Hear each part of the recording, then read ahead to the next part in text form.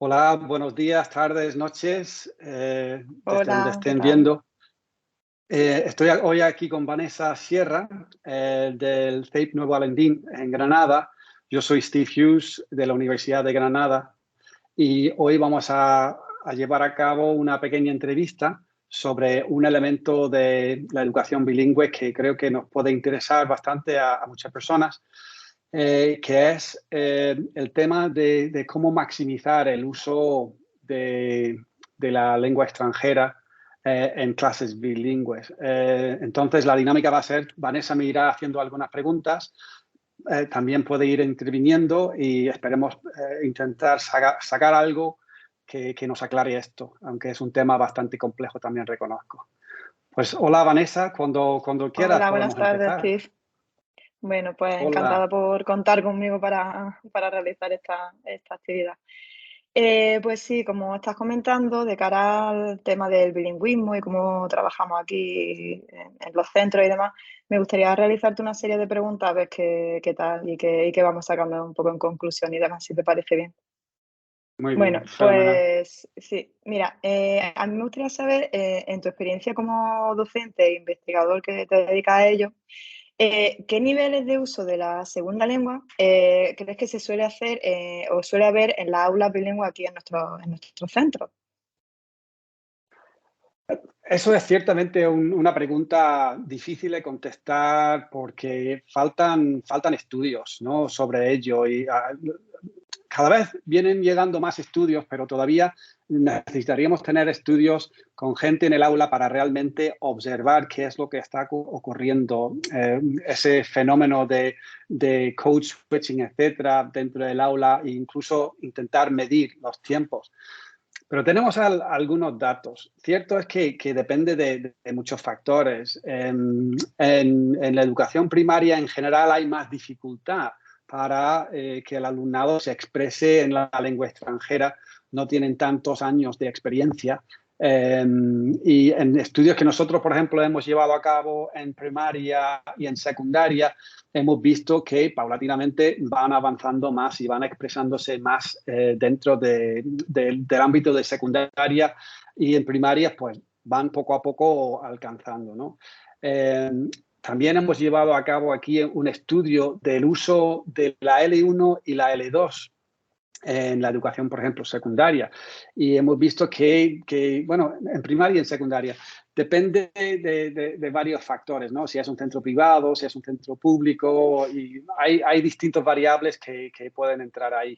Entonces, es cierto que hay centros que tienen la placa bilingüe en la puerta del centro, pero a lo mejor les falta todavía aumentar el uso de inglés dentro del aula, el uso de esa segunda lengua, que aquí en España principalmente la segunda lengua, la lengua extranjera, es inglés.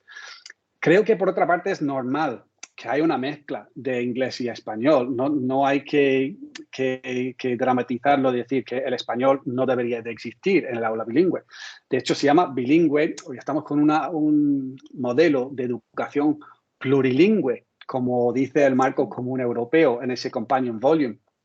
Incluso últimamente tenemos tanto en la legislación como en el marco común europeo ese concepto, aparte de las destrezas receptivas, productivas, interactivas y luego la gramática, vocabulario y todo lo demás, tenemos ese concepto de mediación.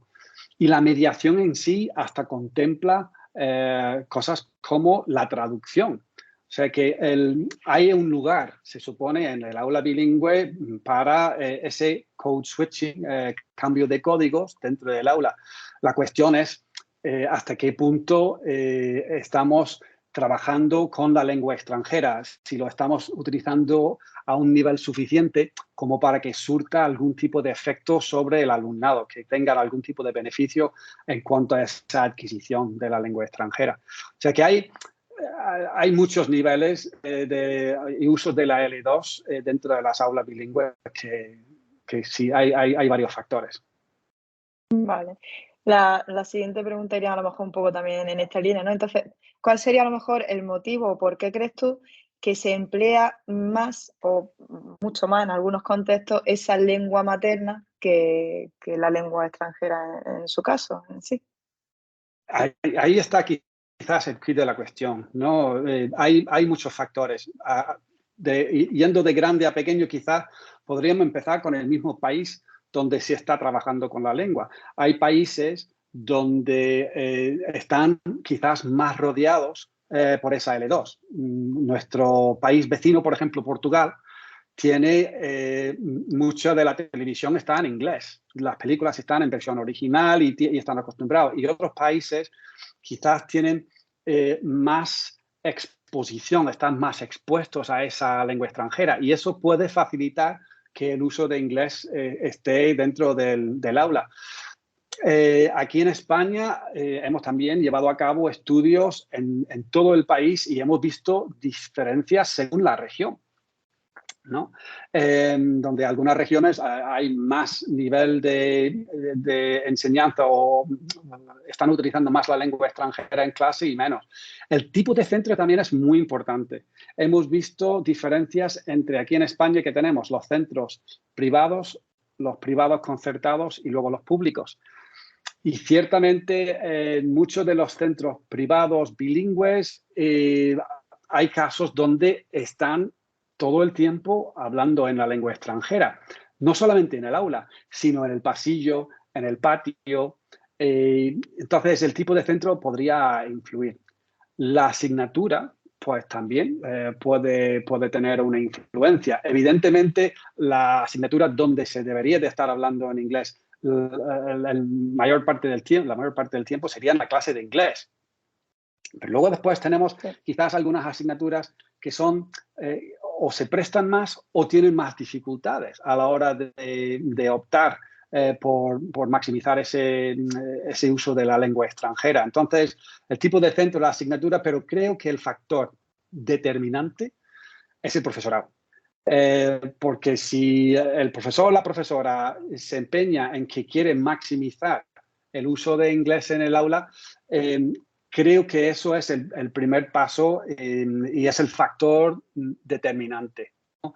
Hay un libro de Doug Coyle y Oliver Meyer, que es bastante reciente, creo que es del 2017 y 2018, hace no mucho, que se llama Beyond CLIL, ¿no? Más allá del CLIL. Y ellos hablan del papel fundamental del profesor para no sé, establecer metas, pero que también que el alumnado se ven no solamente con metas alcanzables, pero que se les desafíen un poco, que se incomoden un poco para crecer.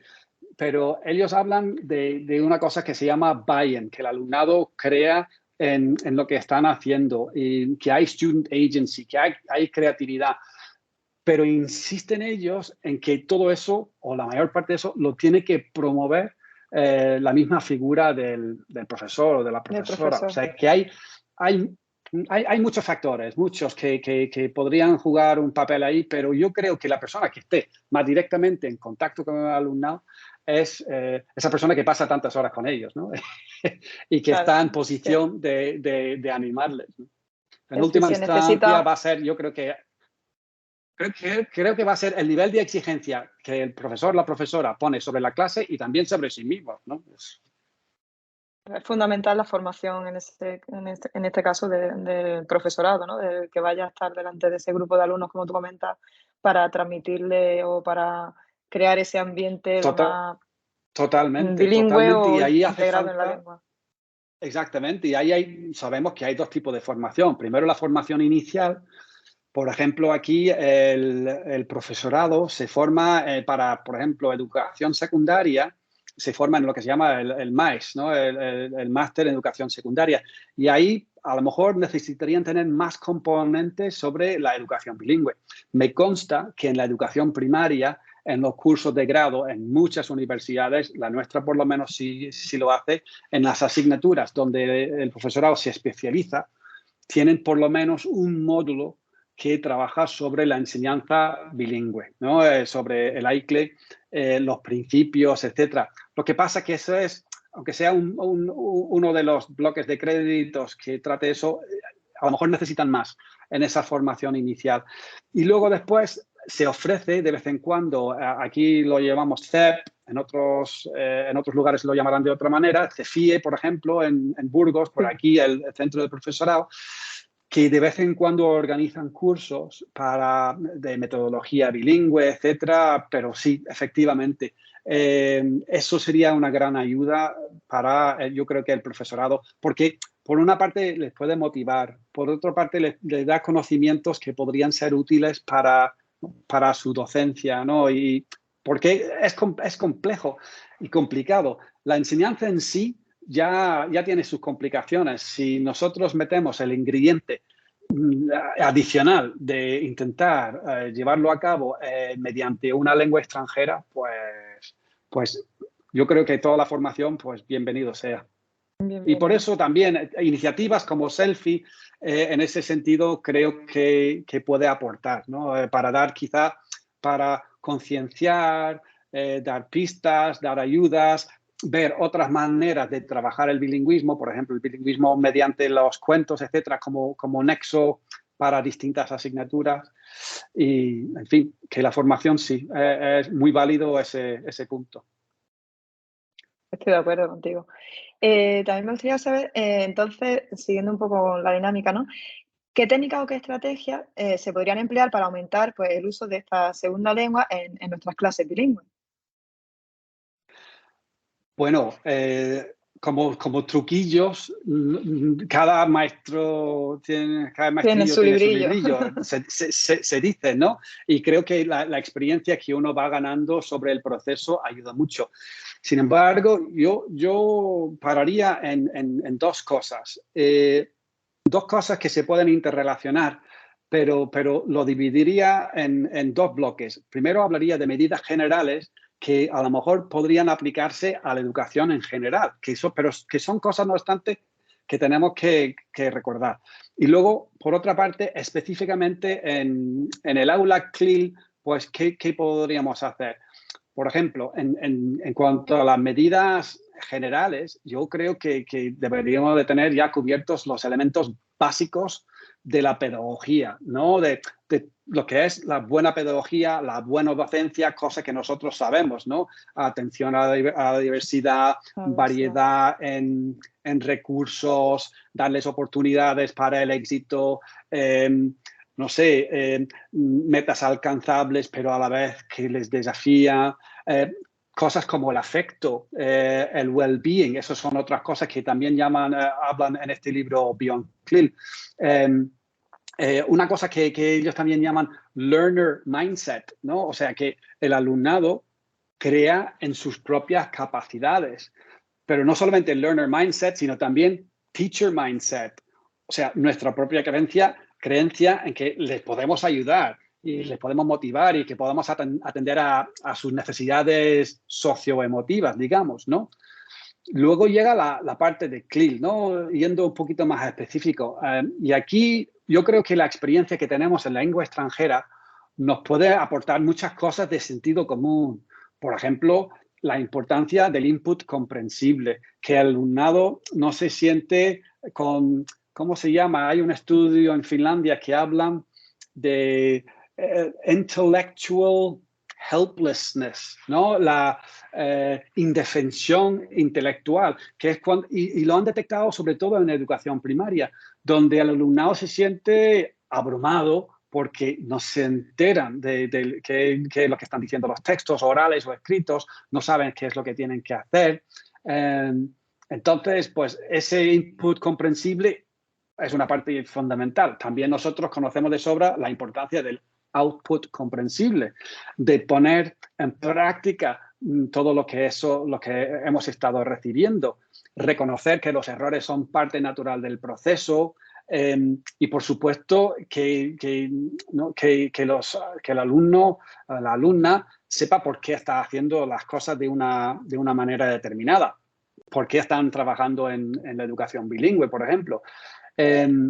Por otra parte, no solamente podemos conseguir muchas ideas del profesorado de idiomas, pero también la ayuda práctica, ¿no? En primer lugar, un buen diálogo con el profesorado de idiomas, a lo mejor para la asignatura bilingüe, nos pueden ayudar en determinados momentos. Como coordinador bilingüe que fui hace tiempo en otro centro, pues una cosa buena que teníamos era la colaboración interdepartamental, donde se podría apoyar unos de los otros. Eso, seguimos hablando quizás de cosas un poco generales, ¿no? Pero ideas y estrategias quizás un poco más específicas. Yo, en mi experiencia, por lo que he visto y lo que he trabajado y lo que he vivido, creo que es muy bueno que se vayan creando hábitos, rutinas, y esas rutinas no solamente de acciones, pero esas rutinas de acciones que están ligadas lingüísticamente, ¿no? Por ejemplo, a la hora de trabajar en grupos, tenemos la dinámica, por ejemplo, de decir, ok, put your tables together, y el alumnado ya sabe que tiene que juntar las mesas directamente. Y ese lenguaje repetido es lenguaje adquirido. Y además creo que ayuda a fomentar ese ambiente de bilingüismo que tiene que estar dentro del aula y dentro de todo el centro. Claro, hay que tener recursos, ¿no? También en el aula. Pues aquí podremos hablar de los TICs, podemos hablar de pósters que tenemos en el muro, crear ese entorno bilingüe desde los saludos del principio de la clase, esos pósters, ese ambiente que les esté rodeando. Parte de ese entorno también llega con el uso de materiales auténticos, ¿no? Siempre nos han hablado en la lengua extranjera de utilizar material auténtico. Es difícil cuando tengan una edad tan corta. A lo mejor tenemos que ir adaptando, pero cuanto más ellos se pueden ir viendo, no sé, imágenes de su asignatura llevada a cabo, por ejemplo, en el país de la L2. Otras cosas que podemos hablar es el scaffolding, ¿no? Construir sobre lo que ellos ya saben. Emplear modelos. Si nosotros queremos que ellos diseñen un experimento en ciencias, por ejemplo, pues que hayan visto un informe de un experimento, pues cuál es la introducción, cuál es su hipótesis, cuál es el método, cuáles son los resultados, cuál es la conclusión.